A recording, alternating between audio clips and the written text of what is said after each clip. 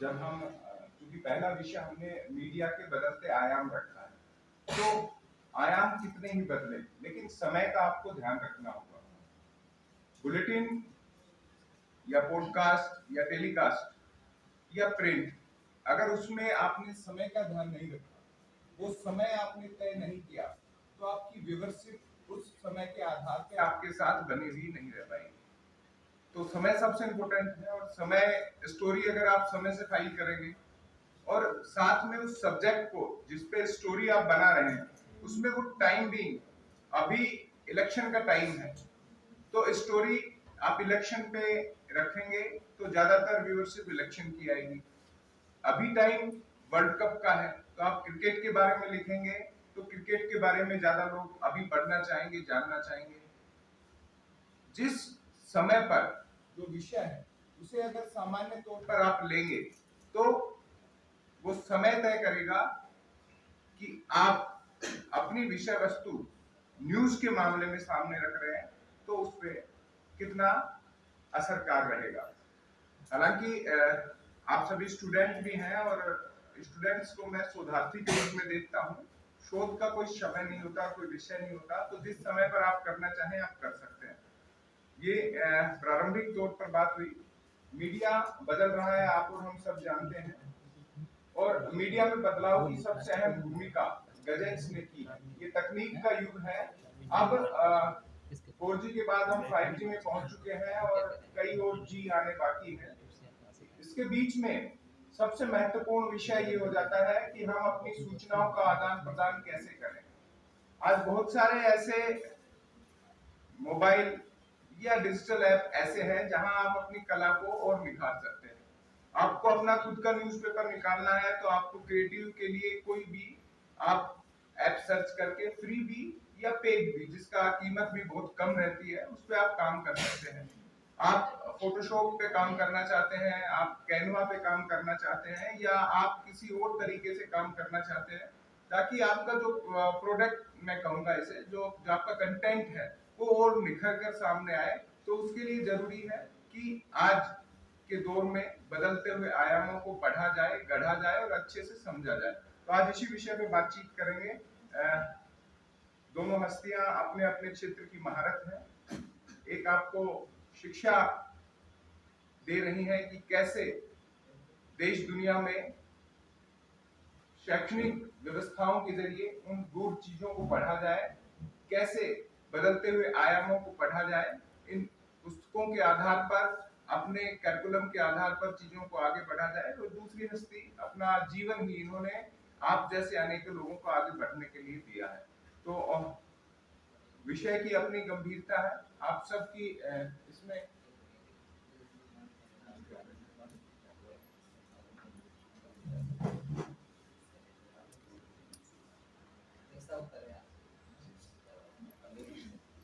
तो आज के इस राधा कृष्ण राज्य केंद्रीय पुस्तकालय में वर्कशॉप की शुरुआत की मैं अनुमति आज के कार्यक्रम की अध्यक्षता कर रही डॉक्टर पनवे जी से लेना चाहूंगा। मैं शुरुआत करें। सबसे पहले हमारे पहले जो गेस्ट स्पीकर हैं, पत्रकारिता के बदलते हुए आयामों को बखूबी जमीन पर उतार रहे हैं। मैं जनार्दन जी से अनुरोध करूंगा कि वो किस तरीके से देश दुनिया का मीडिया अब नए भावों में आगे बढ़ रहा है, नई तरीके से काम कर रहा है, और क्या क्या ऐसे मूल्य हैं जिन्हें हम पत्रकारिता में रखते हुए आगे बढ़ सकते हैं, कैरियर अपॉर्चुनिटी के रूप में और हमारी सोशल इकोनॉमिकल लाइफ के रूप में इसे हम आगे बढ़ा सकते हैं। जनार्दन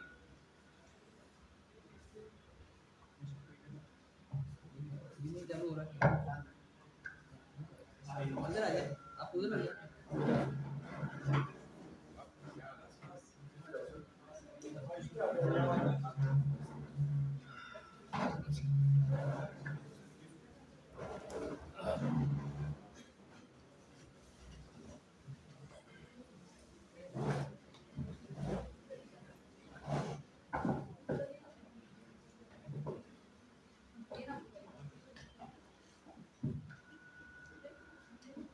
मैं जनार्दन पांडे का थोड़ा परिचय करा, उनका परिचय थोड़ा अधूरा रहा।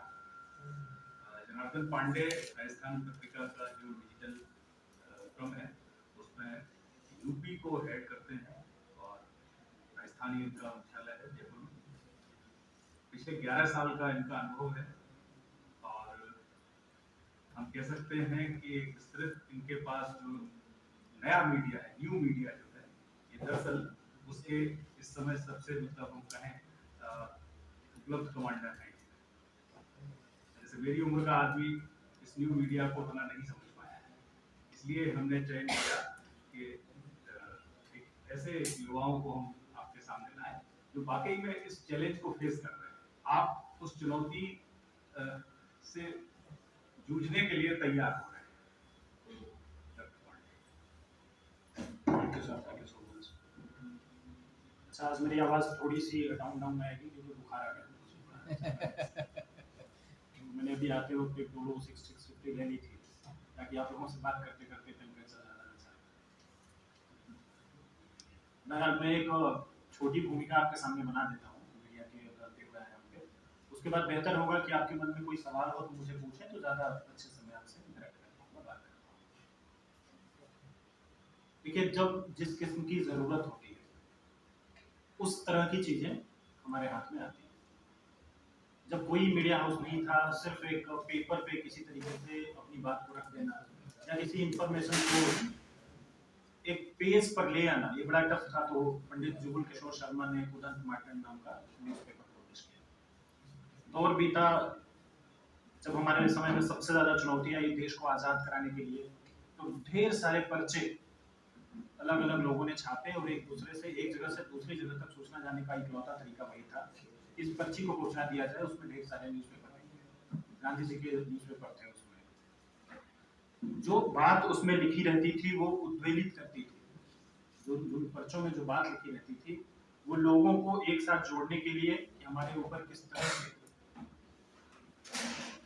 अंग्रेज किस तरह से हमारे दमन कर रहे हैं, हमारे स्वतंत्रता को किस तरह से पकड़े हुए हैं, इनके खिलाफ हमें एक बुलंद आवाज उठानी चाहिए। इस बात को वो अपने पन्ने में लिखते थे, पन्ने को लिख करके सर्कुलेट करते थे। जब देश आजाद हो गया तो चुनौती आई कि अब सरकार है हमारे सामने, एक खास पार्टी की है, उसकी निगरानी होनी चाहिए। जो सरकार अपना तमाम तरीके के काम करती है, सब ने बातों बातों में भी शुरुआती वही से की थी कि 5 सालों के बाद ही हम कुछ कर सकते हैं, लेकिन 5 सालों के बीच उस दरमियान कहाँ से आवाज उठाएं? संसद में बैठे हुए आदमी को पता कैसे चले कि देश में हो क्या रहा है? अखबार बता सकता था, न्यूज़ की टीवी बता सकती है कि आप जो कर रहे हैं गलत कर रहे हैं। वो आवाज़ कहाँ से आती है? वो हम लोगों के बीच से आती है। आपने कई बार देखा होगा गांव के या शहर के बीचों बीच जाकर कोई माइक लेके जाता है और अपनी बात को लोगों से पूछ लेता है।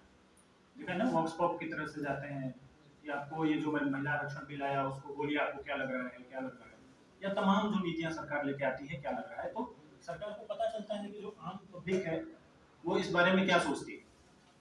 तो सरकार पर निगरानी वाली बात आई।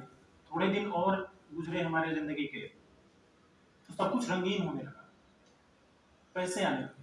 इनिशियली पैसे नहीं आते थे मीडिया हाउसेस में। आपने वो सुना होगा बहुत पुराने जमाने में कि पत्रकार कैसा सा होना चाहिए।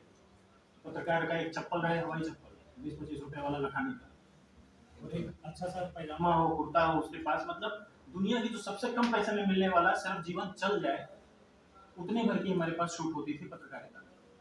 लेकिन 90 के दशक में सबसे ज्यादा, 80 के दशक में ही कई सारी विदेशी, जब 1991 में हमें विदेशों से पैसा लेने के ज्यादा चांसेस मिले तो मीडिया हाउसेस पर भी पैसा लगाया लोगों ने आके। रूपर्ट मर्डोक उसमें से सबसे अग्रणी है, और अखबार के पन्ने रंगीन होने लगे। बड़ा अच्छा सा लगा कि ये देखो अखबार के पन्ने इतने रंगीन रंगीन आ रहे हैं, बहुत पावरफुल होने लगी है चीजें। और जो जर्नलिस्ट थे उनके कपड़े अच्छे होने लगे।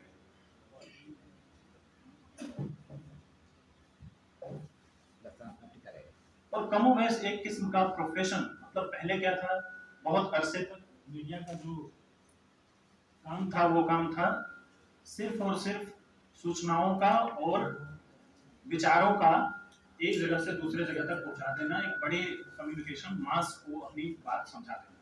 लेकिन ओवर द पीरियड नाउ, जैसे जैसे इसमें पैसे की थोड़ी सी छूट हुई, अब ये कॉर्पोरेट जॉब की तरफ हम बढ़ चुके हैं।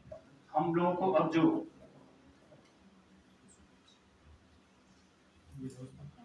चलिए बार बार दबा देंगे।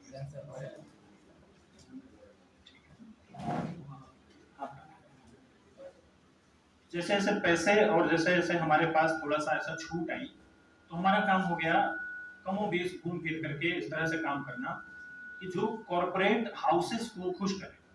आपके सामने ये कहते हुए मुझे कोई ऐसा मतलब 10 सालों का अनुभव के साथ कह रहा हूँ कि अब जो हम पत्रकारिता करते हैं उसमें पब्लिक की बात कितनी है मुझे डाउट है, और उसमें मीडिया हाउस के मालिक की बात कितनी है वो बहुत ज्यादा है।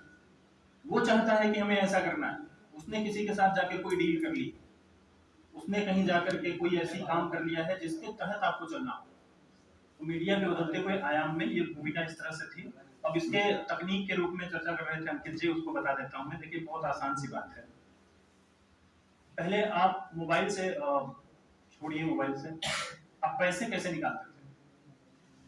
अगर किसी को पैसे निकालने में आज से 10 साल पहले तो कैसे निकालेगा बैंक से? उससे पहले वो एक विड्रॉयल फॉर्म होता था, मैंने निकाला है उससे। तो जाओ ऐसे विड्रॉयल फॉर्म पे लिखो कि मुझे 5,000 रुपए चाहिए और मेरे अकाउंट में ये मेरा साइन इस तरह से है। उसमें साइन आपका कहीं आर आपने 2 तरीके से लिखे जाते हैं, एक ऐसे ऊपर की तरफ और एक ऐसे करके।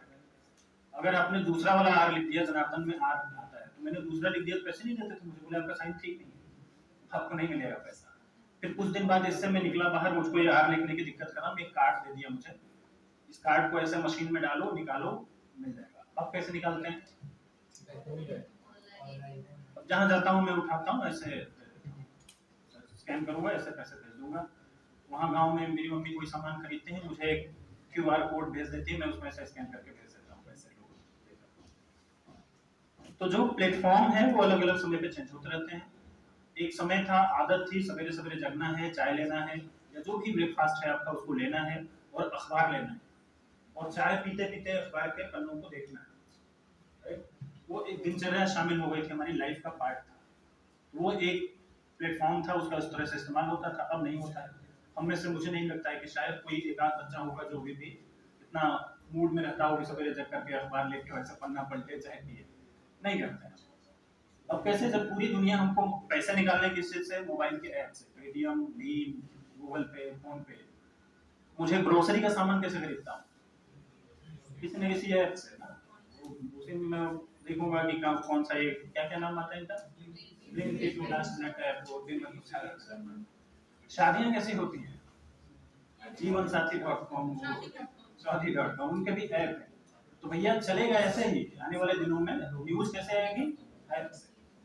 और अमर उजाला, दैनिक भास्कर, आज तक, इन सब लोगों ने बहुत ढंग से 300 करोड़ रुपए डाल करके अपने ऐप को तैयार कर लिया है, बना लिया है। आने वाले दिनों में बहुत जमाने तक मीडिया के बदलते हुए आयाम में आप ये भी ले लेंगे कि न्यूज़पेपर को 4 रुपए, 3 रुपए, 5 रुपए में खरीदते थे, लेकिन जब डिजिटल मीडिया आया तो ये फ्री कर दिया इसने सब कुछ, कि आइए न्यूज़पेपर में जाने की जरूरत नहीं है, जितनी भी न्यूज़ आपको पढ़नी है वो आजतक.com ओपन कर लीजिए मोबाइल पर, बस आपके फोन में इंटरनेट रहे और आप पढ़ लेंगे। लेकिन आने वाले दिनों में ऐसा नहीं होगा। आपको न्यूज़ पढ़ना है तो उसके लिए पे करना पड़ेगा, सब्सक्रिप्शन मॉडल लेना पड़ेगा। इसमें अग्रणी भूमिका निभा रहा है एनवाईटी, न्यूयॉर्क टाइम्स। इसने अपने प्रिंट एडिशन को पूरी तरीके से बंद कर दिया है, तो उसकी कॉपीज नहीं छपती हैं, और वो पूरी तरीके से अपने मोबाइल ऐप के जरिए ही और अपनी वेबसाइट जो उसका nyt.com है उसके जरिए ही न्यूज़ बांटता है, और उसको लेने के लिए आपको पैसे देने होते हैं। एनवाईटी कभी भी कोई खबर उसकी फ्री में आप नहीं पढ़ पाएंगे। इंडिया में द हिंदू ऐसा एक मीडिया हाउस है, द हिंदू की कोई भी खबर आपको फ्री में पढ़ने नहीं मिलेगी। हिंदी जगत में दैनिक भास्कर ऐसा कर रहा है, उसने मीटर्ड पेवॉल लगाया हुआ है। मीटर्ड पेवॉल का मतलब होता है एक दिन में थोड़े 3-4 कॉपीज आप फ्री में पढ़ लेंगे, 4 कॉपी के बाद आप उसको पैसा देंगे तभी आप पढ़ पाएंगे। तो ये बदलते हुए कुछ आयाम है जो जिस तरह से हम आए हैं, जहाँ से हमने शुरू किया है। अब आपके कोई सवाल हो तो सबसे ज्यादा बेहतर होगा, वरना कुछ ही दिन पहले तक, 10 साल पहले मैं भी ऐसे बैठता था आपकी तरह स्टूडेंट होके, ऐसे लेक्चरर आते थे, उनकी बातें सुन के मुझे ऐसे आता, अच्छा ठीक है, बढ़िया बात बताया, बहुत अच्छा, बहुत अच्छा। बाहर जाके बेवकूफ कहेंगे लोगों को क्या सुनना है, क्योंकि वो मैच नहीं करता। है ना, जो चीज़ हमें चाहिए, जो चीज़ हमें पता करनी है। अब मुझे हिंदी में एक लाइन ढंग से लिखना नहीं आ रहा है और मुझको सर्वश्रेष्ठ साहित्य के बारे में बताया जाए कि सबसे अच्छा साहित्य कौन लिखता है, मेरे लिए तो बड़ी चुनौती है। मुझे अखबार की एक न्यूज़ लिखने को कह दिया जाए या डिजिटल पे एक न्यूज़ मुझे लिखने नहीं आता, और मुझे ब्रह्मांड के सबसे अच्छे मीडिया हाउस के बारे में, उसकी तमाम अच्छाइयों और बुराइयों के बारे में बताया जाए, तो मैच नहीं होता है। तो बेहतर हो कि आपके मन में कोई सवाल हो, एक एक करके कोई भी, और एक खास बात, एक बेकार से बेकार सवाल पूछ सकते हैं, जिसकी कोई मीनिंग ना हो, वो भी पूछ सकते हैं। क्योंकि कई बार ना ऐसे समय पे सवाल आते नहीं है, अचानक से कोई पूछ दे कि हाँ सवाल पूछो, तो तुरंत से ऐसे सवाल आते नहीं। तो आपके मन में जो भी आए, तो उसके जरिए मैं थोड़ा आपको सही लाइन पे लेके जाने की कोशिश करूंगा। जो भी सवाल पूछना चाहे पूछ सकते हैं, जिसका भी मन करे। सर मेरा आर्टिफिशियल इंटेलिजेंस पे एक क्वेश्चन है। हम्म, जब से चैट जीपीटी आया है तब से काफ़ी चीज़ें काफ़ी चीज़ें आ चुकी है, जिसमें कि स्क्रिप्ट एआई है, वीडियो एडिटिंग एआई के थ्रू हो रही है, मतलब सारे काम एआई के थ्रू हो रहे हैं। हम्म, तो हम इसको इस चीज़ को कैसे एक्सेप्ट करें और कैसे इस चीज़ को आगे बढ़ाएं? ठीक है, अच्छा सवाल है। एआई के आने से जो हमें चुनौती है, उससे कैसे निपटेंगे सवाल है। देखिए पहले ना अटेंडेंस कैसे लगाते थे, अगर आप किसी दफ्तर में जाएंगे तो अटेंडेंस कैसे लगती थी, एक रजिस्टर लाते थे, उसमें से फाइल खींचते थे, स्केल लगा के 1 तारीख 2 तारीख 3 तारीख, फिर 3 को आया था गुड मार्क, 4 को नहीं आया कट कोट, 3 को आया था गुड मार्क। फिर जब कंप्यूटर आया तो लोगों ने कहा यार ये काम तो कंप्यूटर कर देगा बड़े फ्री में, 1 मिनट में हो जाएगा ये। अब तो हमारी नौकरियां गई, सब खत्म हुआ। पर खत्म हुआ क्या, जितने एम्प्लॉइज थे कंप्यूटर आने के बाद ज्यादा एम्प्लॉइज की जरूरत पड़ने लगी। एआई इसी तरीके का एक संसाधन है जिसके जरिए आसानी से टेक्स्ट, वीडियो एडिटिंग और जो भी फोटो एडिटिंग तैयार करना इजी हो गया है। लेकिन इससे घबराने की नहीं, इसको देखिए जो ह्यूमन माइंड है ना वो नहीं ला सकते उसको। जो ह्यूमन माइंड है वहां तक उससे नहीं पहुंचाया जा सकता। उसके जरिए एंकर भी आ गई है, आज तक में आती है सना नाम की एंकर, बीच बीच में अंजना ओम कश्यप ने भी अपना एक एआई वर्जन बनवा लिया है, वो भी इस्तेमाल करती हैं। इन सबको देखने के बाद मेरे जहन में एक चीज क्लैरिटी आती है कि जितना भी इस टेक्नोलॉजी एडवांस हो जाएगी उतने ज्यादा नौकरियों के चांसेस बढ़ जाएंगे, क्योंकि किसी भी सूरत में ह्यूमन माइंड को नहीं लाया जा सकता, किसी एआई टूल के जरिए काम आसान किया जा सकता है। जैसे देखिए बहुत सिंपल सी बात बताता हूँ, अगर मुझे बनारस में एक दुर्घटना घटी, 10 लोगों की मौत हो गई, एआई इसमें कुछ नहीं कर सकता, इसको खबर लिखने वाला ही लिखेगा। लेकिन बनारस में घूमने की 7 जगह हैं, ये अगर मैं लिख दूं एआई पे जाकर चैट जीपीटी पे बनारस में घूमने की 7 जगह बताओ, तो तुरंत लिख करके मुझको दे देगा, क्योंकि उसके पास डेटा ऑलरेडी सेव्ड है। तो इस तरह की जितनी भी चीजें आएंगी वो ह्यूमन, जब आप उसमें सवाल लिखेंगे तभी तो जवाब देगा। एआई अपने से अभी ये नहीं कर पाएगा कि अपनी मर्जी से चीजों को कर। सर बीटा वर्जन में है भी तो मतलब एडवांस होगा उस टाइम पे बात। नहीं एडवांस हो चुका है ना। देखिए बहुत सिंपल सी है, अगर आप YouTube में जाकर के 4 दिन लगातार कोई अंग्रेजी मीडिया हाउस को सर्च कर रहे हैं तो 5वें दिन आपको रिकमेंडेशन में वही YouTube वही दिखाई देगा। फेसबुक में आप जाकर के 10 दिन लगातार अपने किसी खास दोस्त को लाइक करिए, तो अगले दिन उसकी पोस्ट जब आएगी तो सबसे पहले आपको दिखाई देगी। तो एडवांस वर्जन में भी चीजें लगभग जैसे आप देख रहे हैं इसी के तरीके से होंगी। और जब जब इस तरह के इनोवेशंस होंगे, जैसे देखिए मोबाइल से पैसा देना आ गया, तो ऐसा थोड़ी कि बैंक में नौकरियां कम हो गई। बैंक में यूपीआई से सारा पेमेंट कर देता हूँ मैं, बैंक का मैंने शाखा देखी नहीं बहुत जमाने से, तो ऐसा नहीं है कि बैंक में शाखाएं बंद हो गई, नौकरियां आनी बंद हो गई। तो ये आप इसको जो भी नया टूल है उसको सीखना पड़ेगा, ये चुनौती है। जैसे पहले हम नहीं सीखते थे, हमारे काम की चीज नहीं है, आपको सिर्फ सीखना पड़ेगा, और ज्यादा कोई चुनौती नहीं आती। सिर्फ एआई को लर्न करना पड़ेगा कि है क्या और इससे क्या फायदा, इससे नुकसान नहीं होगा आपकी नौकरी का और आपके काम। सर ये जो अपना है न्यू मीडिया और ओल्ड मीडिया, बेस्ट कौन सा है सर? समय जब जिस मीडिया का रहेगा, ओल्ड मीडिया यानी कि ट्रेडिशनल मीडिया, उसमें क्या क्या आता है, टेलीविजन, रेडियो, अखबार, बाहर लगे हुए ये जो जैसे यहाँ लिखा हुआ है राधा कृष्ण जय राज्य केंद्रीय पुस्तकालय, इसे ओल्ड मीडिया कह सकते हैं, ट्रेडिशनल मीडिया कह सकते हैं। न्यू मीडिया में आते हैं .com, जितने भी ये .in .com जो इंटरनेट के जरिए मोबाइल आता है इसके पे जो आ जाते हैं, और एज वेल एज मोबाइल के ऐप। अब इसमें बेस्ट कौन सा है, जहां अधिक नौकरियां सृजित हो रही हैं वो बेस्ट है। तो अखबारों में बहुत जमाने से नई नौकरियां सृजित होनी बंद हो गई। हाल फिलहाल ऐसा नहीं है कि ज़्यादा भर्तियां हो रही हैं। टेलीविजन चैनल्स में नई नौकरियां सृजित नहीं हो रही हैं, बंद हो गई। तेजी से भर्तियां नहीं हो रही। लेकिन किसी भी मीडिया ऑर्गेनाइजेशन में अभी डिजिटल में वैकेंसीज बहुत तेजी से फिल हो रही है। तो अगले करीब करीब 5 से 10 साल तक जो न्यू मीडिया है उसमें जॉब्स बहुत अवेलेबल होंगी, तो आपसे बेहतर मान सकते हैं। अब आप तथ्य पे आए कि जो उसमें छप रहा है वो कौन सा अच्छा है, टेलीविजन वाला, अखबार वाला या मोबाइल वाला।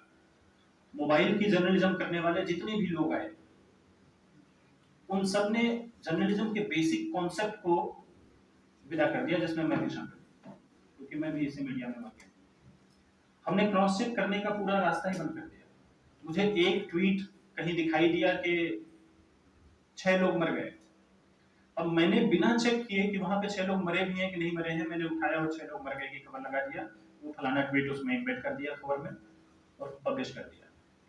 तो अगर आप जर्नलिज्म के मूल्यों की बात करेंगे तो न्यू मीडिया स्टिल संघर्ष कर रहा है कि कैसे वो बेहतर खबर लोगों तक दे।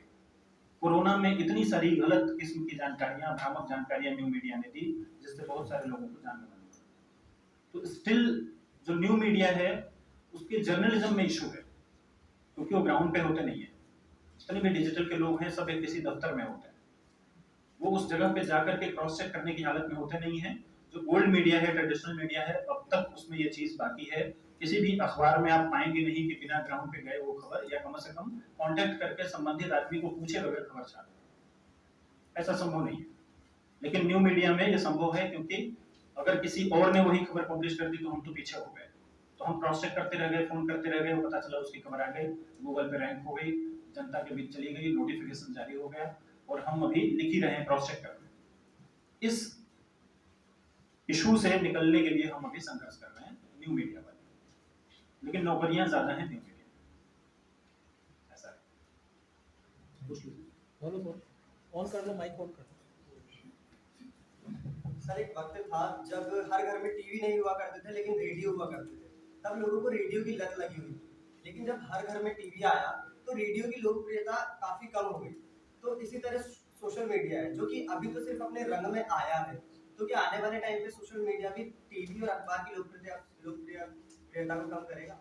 अच्छा, 2008 में ऑर्कुट नाम की वेबसाइट में गूगल की थी, वो उसने शुरुआत की थी नए तरीके के सोशल अकाउंट बनाने की। 8 में ही फेसबुक ने भी सुविधा शुरू कर दी थी। 12-13 तक फेसबुक पीक पर था।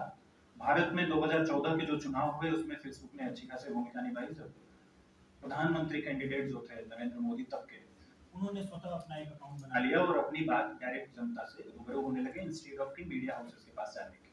पहले किसी लीडर को, पॉलिटिकल लीडर को अगर जनता से बात करनी है तो कैसे करता? एक तरीका था कि वो रैली करे, रैली में आकर अपनी बात को रखे। एक तरीका था कि मीडिया हाउस में जाकर के इंटरव्यू दे दें, जिससे कि उसकी बात सारी की सारी जनता तक पहुंच जाए। लेकिन उन्होंने सीधे बातचीत करनी शुरू की। 2016, 17, 18 तक आते आते Facebook as well as Twitter, LinkedIn, Instagram, इन सब की जो सबसे ज्यादा लोकप्रियता हो सकती थी वो 18, 19, 20 में आकर के खत्म हो गई। आज 2023 में आप पाएंगे कि लोगों ने फेसबुक चलाना बंद कर दिया है। शायद ही इसमें से जितनी वुमेन जो फेसबुक चलाती थी उन सब ने बंद करके अपने आप को इंस्टाग्राम पे कर लिया है, शिफ्ट कर लिया है। बहुत सारे पढ़े लिखे लोग जो लंबे लंबे ब्लॉग्स, लंबे लंबे आर्टिकल्स फेसबुक पे लिखते थे 2019-20 तक, उन लोगों ने बंद कर दिया, अब नहीं करते वहाँ पे। तो आपका जो सवाल था कि क्या फेसबुक या सोशल अकाउंट्स आने की वजह से जो ट्रेडिशनल मीडिया है उसकी लोकप्रियता कम हो जाएगी, तो ऐसा नहीं होगा, क्योंकि वहां पर भ्रामक जानकारियां बहुत है। जो कोई सुनिश्चित करके देगा कि नहीं जो खबर है वो सच्ची है, वो इस न्यूज मीडिया में बरकरार रहेगा, चाहे वो न्यू मीडिया हो चाहे वो ट्रेडिशनल मीडिया। नहीं तो वो चीजें धीरे धीरे देखो कितनी दिन झूठ के दम पे चलाओगे, आप गलत जानकारियां कितने दिन दे करके अपना मीडिया हाउस चलाओगे, तो नहीं चलेगा। एक मिनट, उसमें एक चीज और रह जाती है। सोशल मीडिया ने भी मीडिया हाउसेस को अपने यहाँ पेज बनाने की अनुमति दी और कहा कि आप अपने खबरें यहाँ पे शेयर करिए ताकि लोगों तक पहुंच जाए। तो इनिशियल डेज में 2013-14 में अगर किसी के पेज पे 100 लोगों ने लाइक किया है तो 100 के 100 लोगों को पोस्ट दिखाई देती थी। फिर फेसबुक और ट्विटर दोनों ने ही ऐसा किया कि अगर आपने एक पोस्ट किया और उसे 100 लोगों ने लाइक किया है तो 2013-14 तक उसने 50% कर दिया कि 50% लोगों तक ही वो पोस्ट दिखाई देगी। 2018 में 25%, 2020 तक आते आते 12%। आज का समय यह है कि अगर आपके फेसबुक अकाउंट पे, जो आपने फेसबुक पे अपना पेज बनाया हुआ है, राजस्थान पत्रिका का पेज है, उसे 2 मिलियन या 10 मिलियन लोगों ने लाइक किया है, तो उसमें से सिर्फ 2 या 3% लोगों को ही आपकी पोस्ट दिखाई देती है जब उस पर पोस्ट करते हैं। तो अब ये धीरे धीरे सोशल मीडिया का दौर हो चुका है, अब उसमें कुछ ज्यादा करने को बचा नहीं है, वो वैसा ही रहेगा जैसा अभी आपको दिखाई दे रहा है। अब इसकी लोकप्रियता और नहीं बढ़ती नजर आएगी आने वाले दिनों में। हाँ। सर जैसा कि आपने बताया न्यूज़पेपर में अब पूरा चेंज आ रहा है, वो ऐप के थ्रू सब न्यूज़ पढ़ सकेंगे, तो आप न्यूज़पेपर से सही मानते हैं न्यूज़ पढ़ना या ऐप के थ्रू? क्योंकि अगर, और ये सही भी है या गलत, क्योंकि देश की ज़्यादा से ज़्यादा जनता तो ग्रामीण है और वो इतना सब कुछ नहीं जानती टेक्नोलॉजी की, और कि वो ऐप भी डाउनलोड करे, उसमें न्यूज़ भी निकाले, सब्सक्रिप्शन भी ले। न्यूज़पेपर ईजी है, जाओ पैसे तो न्यूज़पेपर खुद घर पे आ जाएगा, तो ये चीज़ सही है या गलत, और आप क्या प्रेफर करते हैं न्यूज़पेपर के थ्रू या ऐप के थ्रू? ठीक है, मेरा घर है उत्तर प्रदेश के सुदूर इलाके, सबसे पिछड़े इलाके सोनभद्र में, ये सबसे किनारे में है जगह। मेरी मम्मी की उम्र है करीब 52-53 साल, और मुझसे फोन पर जब बात करती हैं तो डिस्कस करती हैं कि व्हाट्सएप पर कौन सी न्यूज आई थी। तो ग्रामीण इलाकों में व्हाट्सएप की रीच, ग्रामीण इलाकों में मोबाइल ऐप की रीच हो चुकी है। भारतीय जनता पार्टी ने इसे बहुत सलीके से बनाया भी है। बीजेपी से रिलेटेड न्यूज गांव-गांव, कोने-कोने में पहुंच जाती है क्योंकि उनका आईटी सेल बहुत मजबूत है। अब कांग्रेस भी कर रही है। तो न्यूज़पेपर मेरे घर में कभी नहीं आ पाया गांव में, क्योंकि जो हॉकर्स थे वो केवल शहरों में न्यूज़पेपर बांटते हैं। ग्रामीण इलाकों में न्यूज़पेपर आने में बहुत चुनौती थी, किसी एक के घर में आ गया यही बहुत बड़ी बात है। तो जो अभी का दौर है उस दौर में मोबाइल ऐप ही, आज से 25 साल बाद, 15 साल बाद मोबाइल ऐप ही जिंदा रहेंगे। न्यूज़पेपर की लोकप्रियता कम होगी। और बल्कि अभी रिसेंटली एक बार मेरी मुलाकात हुई थी एमआईटी के सीईओ से, मार्क थॉमसन नाम है उनका, तो उन्होंने एक ऐसा भविष्यवाणी की, जनार्दन तुम्हारे यहाँ न्यूज़पेपर 2050 तक पूरी तरह से बंद हो जाएंगे, नहीं रहेंगे न्यूज़पेपर 2050 के बाद। हम 23 में खड़े हैं, 27 साल।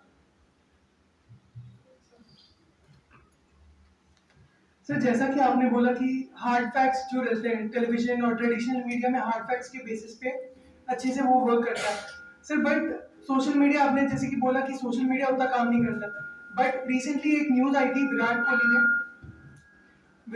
के सर, मतलब विराट कोहली ने खुद क्लेम किया था कि एक जो न्यूज़ चैनल है उन्होंने गलत न्यूज़ पोस्ट की है उनके चैनल पे। वो सोर्स मेरे को, मतलब न्यूज़ चैनल का नाम ठीक से याद नहीं है, बट वो न्यूज़ चैनल ने विराट कोहली के लिए एक न्यूज़ पोस्ट की थी। बट विराट कोहली ने क्लेम किया था ये कि जिस चैनल को मैं बचपन से देखते आ रहा हूँ या उसको पढ़ते आ रहा हूँ, वो चैनल गलत न्यूज़ पोस्ट किया है। तो वो तो ट्रेडिशनल मीडिया पे गलत पोस्ट किया है, सोशल मीडिया के थ्रू उसने हेल्प लेके सही चीज़ बताई। फैक्ट ठीक है, आप कमोबेश फेक न्यूज़ की बात कर रहे हैं।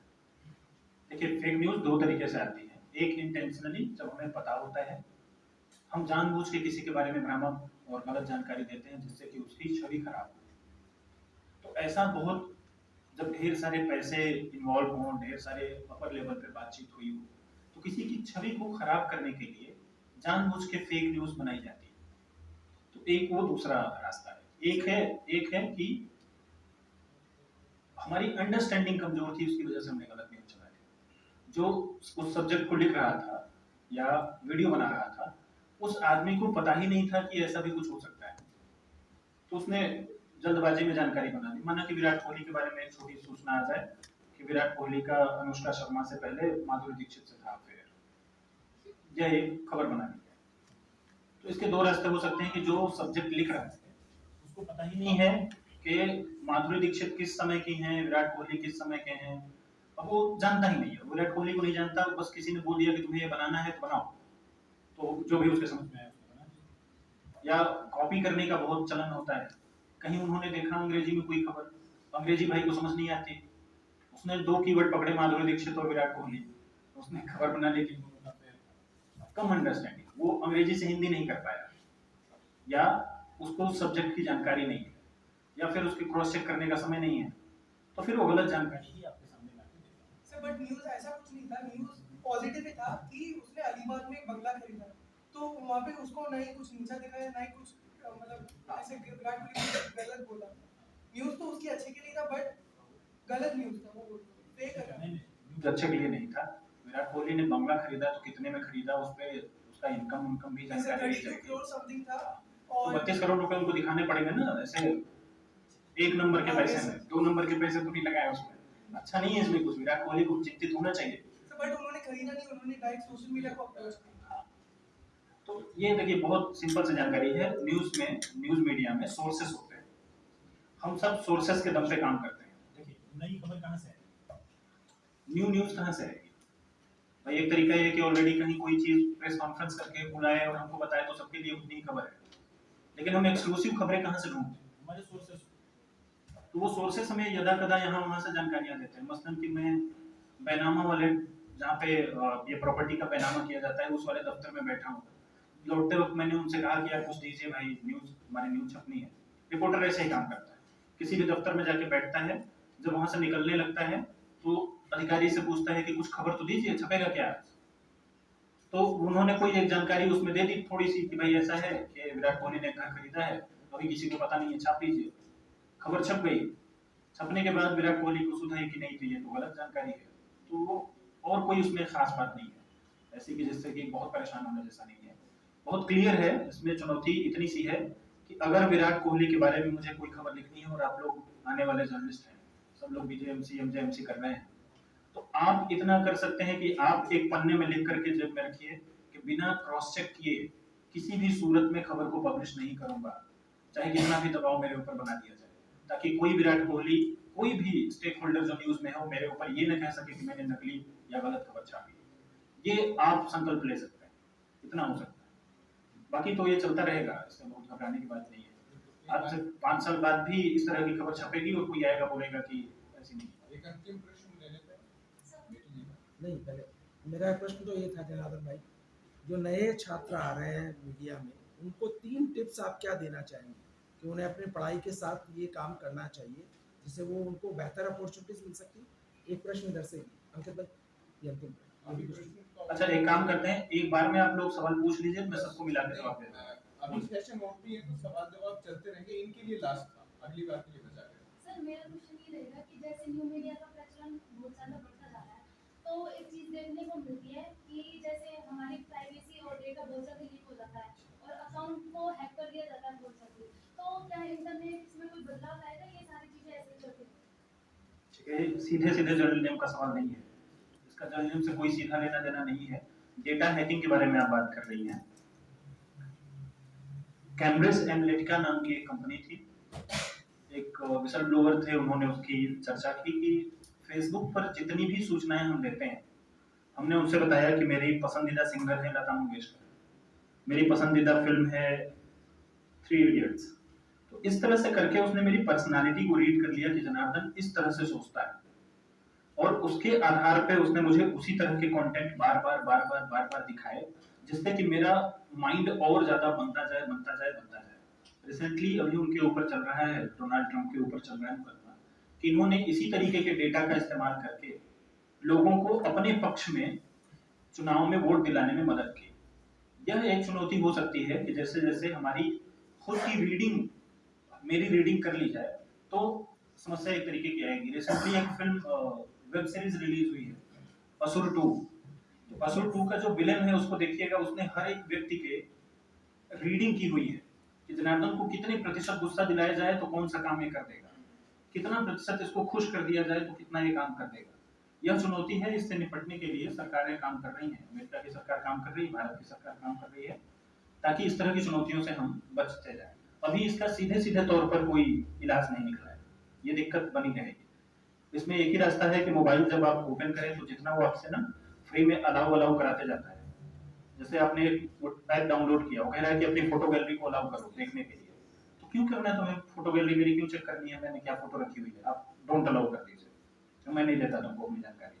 तो हम सब इतना ही कर सकते हैं इस मामले में कि तमाम ऐप्स डाउनलोड करने के बाद उनमें सिर्फ उस ऐप से रिलेटेड जानकारी को ही अलाउ करें, बाकी को अलाउ न करें। व्हाट्सएप पर जब आपकी मतलब व्हाट्सएप पे कॉल नहीं करना है, माइक्रोफोन ऑफ करके रखिए। व्हाट्सएप से फोटो नहीं खींचना है, कैमरा ऑफ करके रखिए। इन सब की भी जानकारी वो लिया करता है आपसे।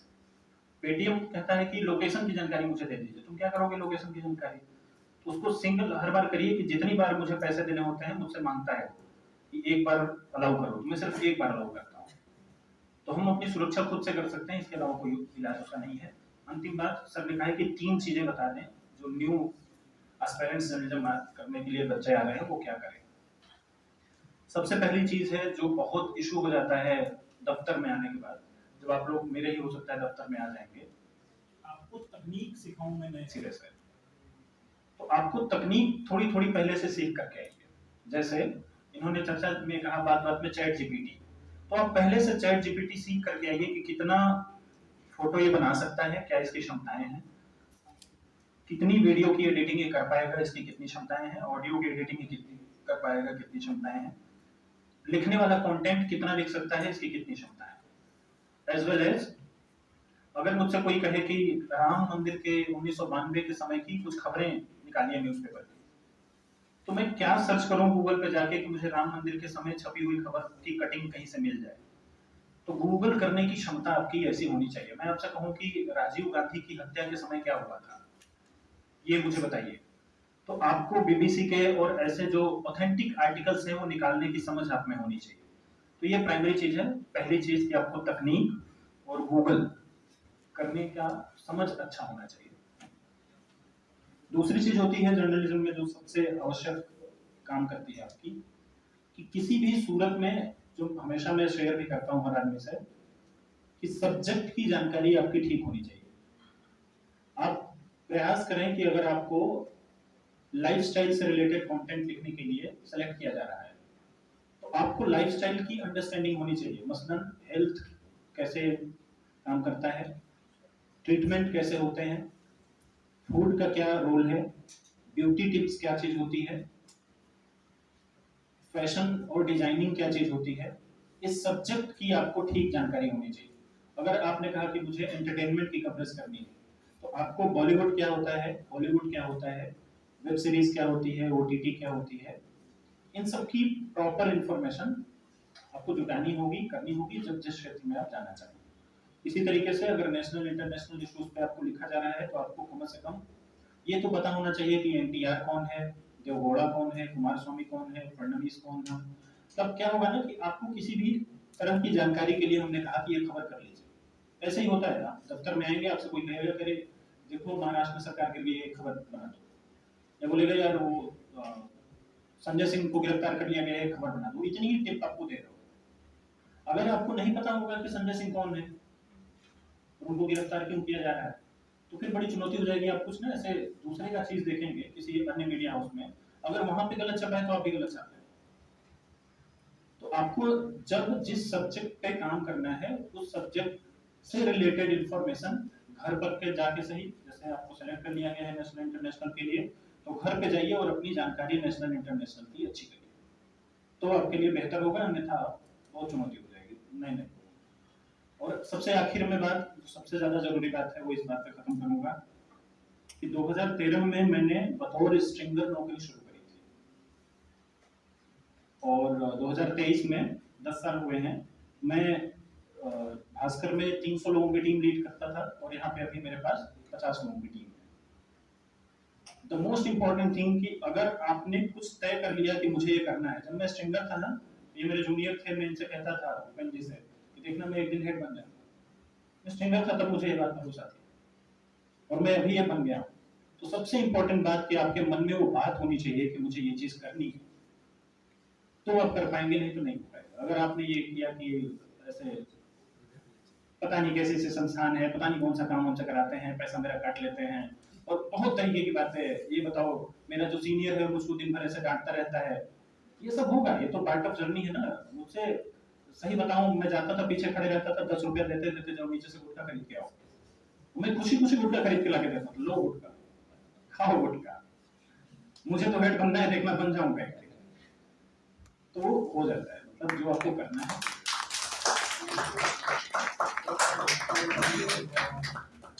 Thank you so much Janardan Pandey ji, आपका